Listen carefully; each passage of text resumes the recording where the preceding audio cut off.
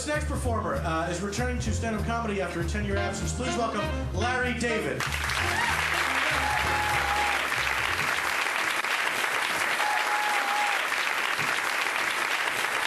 Thank you, thank you. I think I'm going to do very well tonight. I really do. I'm feeling just unbelievably confident. Well, that was a bad start. It was a bad start. A really stupid start. I don't know why I did that. You'll see. Well, you seem like a very nice audience tonight. I'm wondering, in case I break into some Spanish or French, may I use the familiar two form with you people instead of usted? Because I think usted is going to be a little too formal for this crowd.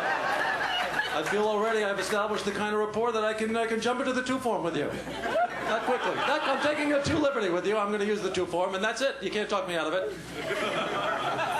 You know, Caesar used the two form with Brutus even after Brutus stabbed him. He said et tu Brute, and I think that's a little too informal when someone's trying to assassinate you. I think at that point, perhaps instead, he would have been better off. But that's Caesar. That's crazy, wacky, mixed up Julius Caesar. He has a tremendous conviction about what he thinks is funny, and at the same time, he'll just crush like an egg, like an empty shell.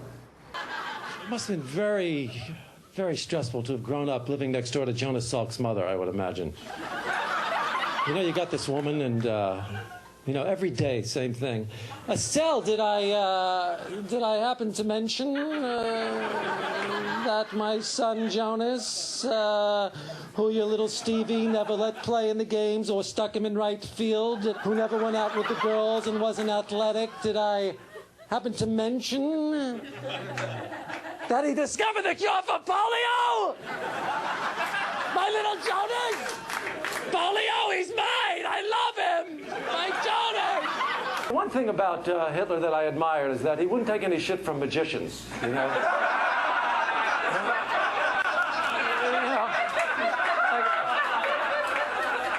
Hitler was a big fan of magic, and Hitler would go to he'd go to a magic club, and he'd watch the show, and afterwards he'd go backstage to talk to the magician. He'd go, it was a wonderful show, and I was just wondering, I was talking to my friend, where's the rabbit? I'm sorry, mein Führer. I'm really glad you enjoyed it, but we're really not allowed to tell about the secrets. You know, they're tricks. We're not allowed. Yes, I understand you're not allowed to tell, but just tell me, where's the rabbit? Mein Führer, it's a union thing. We just, where is the rabbit? You will tell me where the rabbit is now! The closest I ever came to death is when I masturbated with 104-degree temperature.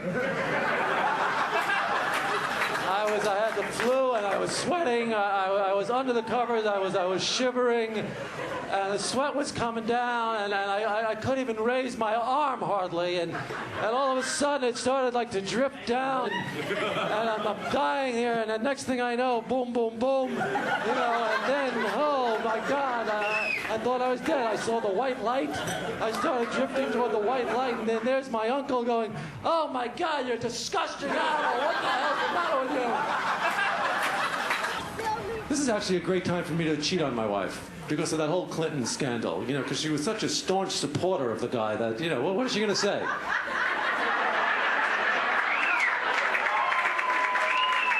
I could do whatever I want. Come on. Did Clinton actually think that he was going to get blowjobs from a Jew and get off scot-free? What was he going to do? The guy never got, obviously he was never with a Jew before. He thinks he's going to get blowjobs? Blowjobs! From a Jewish woman! And that's going to be the end of it? No consequences? What, is he crazy? Let me ask you a question. Who do you think has more freedom? The married man in America or the single man in communist China? I got to go for the single guy in communist China. Come on, no contest, you know. I mean, I'm a married guy in America. I can leave the country, but I can't leave my house, you know. they can leave the house, but they can't leave the country. I'll go for that. I like that better. I'm not going to Europe. Where the hell am I going?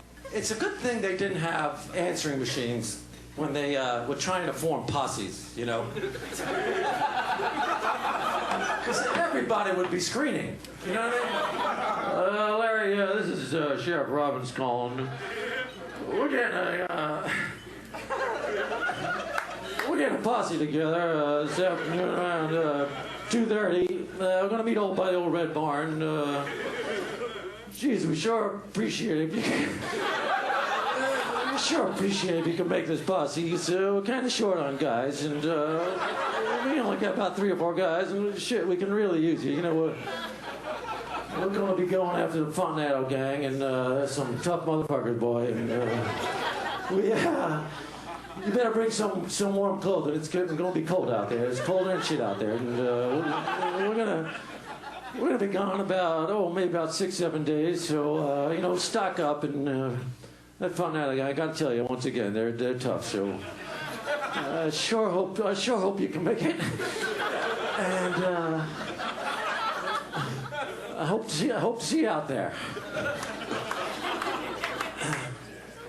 Then you 2 weeks later, you run into the sheriff in the town. Sheriff! Oh my God! What happened? I got home at 3 o'clock. I just missed your message. How'd the posse go? Did it go okay? What happened? Did you catch him? I never found out. What happened? Oh, I was so pissed off. I tried. I went over to the Red Barn. Nobody was there. They told me you just left. Oh, shit. What? I'll tell you one thing. If I was ever in a situation like that, and the day ever came where I couldn't wipe myself, that's when I call Kevorkian. Come on down, Jack. You know, I need your help. If I'm checking out, bring the injection. And, you know, that's when mercy killing should be tolerated. Thanks for getting me this gig. It's been really just delighted with this whole thing. I think we've come to the end of the line here. I know, it's very disappointing to all of you. And me too. But, you know, this is what happens when you run out of nothing. Thank you very much. Good night.